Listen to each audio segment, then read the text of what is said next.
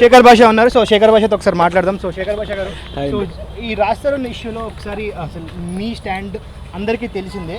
So ఒకసారి Raj Tarun issue అయిపోయింది, out and out మనం ప్రూవ్ చేసేసాము. ఇంకా మా కళ్ళకి గంతలు కట్టుకొని లేదు కాదు అంటే ఇంకా మనం అంతకుమించి నేను దానికోసం అసలు నేను రాలా. వీళ్ళు నాకు అది కూడా చెప్పలే. నేను ఎందుకు వచ్చానంటే ఒక అమ్మాయి పాపం డ్రగ్స్కి వీటి బలవంతంగా, ఒక అమ్మాయిగా చాలామంది జీవితాలని ఇట్లాగే డ్రగ్స్కి అలవాటు చేసి పాడు చేస్తుంది అనే విషయం వాళ్ళు బయటకు వస్తే వాళ్ళని తీసుకొచ్చి మాట్లాడిద్దాం అని చెప్పి నేను ఇక్కడికి వచ్చాను ఇవాళ. సో అది బయటికి రాకుండా వాళ్ళు గట్టిగా అరిచి బూతులు తిట్టి నానా రకాలుగా చేశారు. బట్ వచ్చే నిజం వస్తుంది, నిజంని తట్టుకోలేక పారిపోయారు అంతే.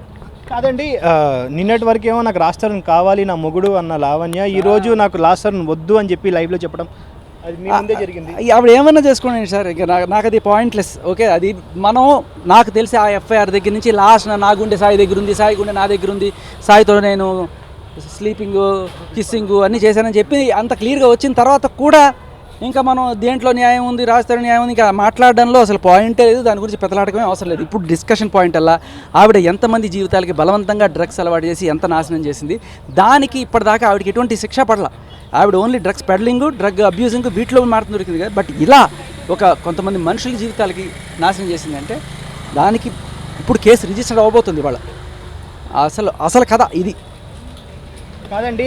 నిన్నటి వరకు నిన్న స్టేజ్ పైన కూడా నాకు ఎలాంటి సంబంధం లేకపోయినా నాతో పాటు నిలబడ్డాడు భాష అని చెప్పి తరుణ్ కూడా చెప్పడం జరిగింది. సో ఈ రోజుకి మొత్తము యూటర్న్ తీసుకుంది కేసు మొత్తము.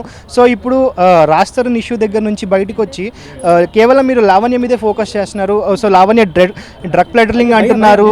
సో ఇవన్నీ చెప్తున్నారు. అసలు నాకు రాజ్ తరుణ్ లావణ్య ఇవన్నీ కాదు. ఒక్కసారి నేను బయటకు వచ్చి మాట్లాడడం మొదలెట్టిన తర్వాత ఎవరెవరో బొంబార్డింగ్ విత్ ఇన్ఫర్మేషన్ అనమాట. సార్ ఆమె అలా చేసింది, ఆ రోజు ఇలా చేసింది, 100 మందిని బ్లాక్మెయిల్ చేసిందట ఆవిడ.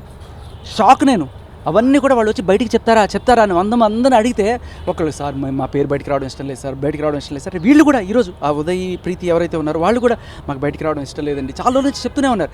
అట్లా కాదండి, ఎవరన్నా వచ్చి ధైర్యంగా వచ్చి చెప్తే కదా అంటే లేదు సార్ అందరూ ధైర్యంగా నిలబడట్లేదు అది అంటే లేదమ్మా నేను ఉంటాను, నేను ధైర్యంగా మేము ఉంటాను, మీరు రండి అని చెప్పినా కూడా లేదు మాస్క్ వేసుకొని వస్తాము లేకపోతే ఫోన్ కాల్లో మాట్లాడతాము ఇలా చెప్తున్నారు తప్ప వచ్చే ధైర్యం చాలట్లా.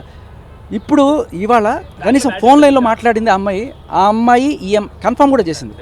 మీరు గమనించుంటే లైవ్లో ప్రీతి నాకు తెలుసు ఆ వాయిస్ ఈఎంఐదే అని చెప్పింది. ఆ అమ్మాయి మా ఇంటికి వచ్చింది అని 3 విషయాలు ఆ అమ్మాయి కన్ఫర్మ్ చేసిన తర్వాత ఇప్పుడు ఆ అమ్మాయి చెప్పే మాటకి వాల్యూ ఉంటుంది, ఎందుకంటే షీ కన్ఫర్మ్డ్ దట్. అది నేను చెప్పేది. ఎంతమంది మొత్తం బయటకు వచ్చారు ఇప్పుడు వచ్చి మీకు ఎంతమంది అప్రోచ్ అయ్యారు? చాలామంది ఉన్నారు సార్, కానీ వాళ్ళందరూ కూడా పేర్లు బయట పెట్టకూడదు అని చెప్పి నా కాళ్ళు కట్టేసి పరిగెత్తమంటారు వాళ్ళందరూ కూడా.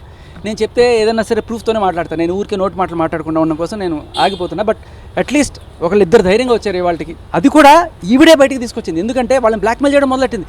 పొరపాటున మీరు వచ్చేస్తారేమో బయటికి, మీరు వచ్చారంటే మీ పాత ఫోటోలు అవన్నీ బయట పెడతా. రాత్రి నుంచి విపరీతమైన బ్లాక్ తట్టుకోలేక ఇంకొచ్చేసారు సార్. ఏది జరిగితే జరిగింది, బయటకు వచ్చి నిజం చెప్తామని వచ్చేసారు వాళ్ళు.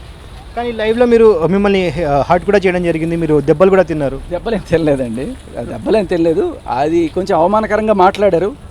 ఆయన దిలీప్ శంకర అని చెప్పి నేను చాలా పెద్ద ఆయన అని గౌరవంతో వెయిట్ చేసే ఆయన ఇంకా బూతులు మాట్లాడుతూనే పోతున్నారు. 2 సార్లు చెప్పినా కూడా వినలేదు.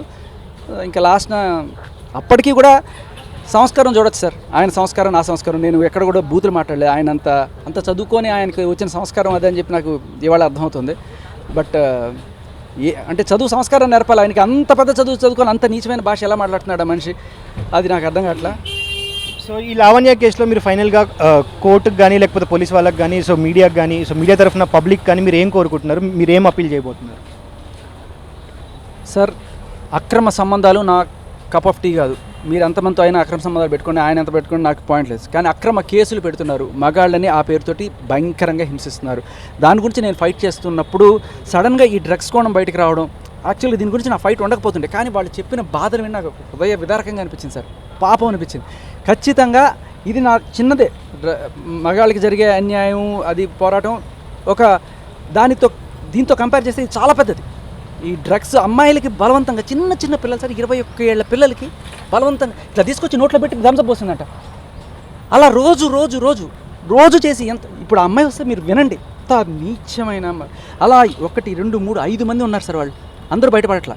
ఒక అమ్మాయి ధైర్యంగా వస్తే మిగతా వాళ్ళందరూ వస్తే అసలు దీని నిజస్వరూపం బయటపడుతుంది మనకి. సో ఫైనల్లీ మీరు కోరుకునేది అయితే నిజస్వరూపం బయటికి రావాలి, అంతేనా? ఇట్లాంటి వాళ్ళని కఠినంగా శిక్షించాలి సార్.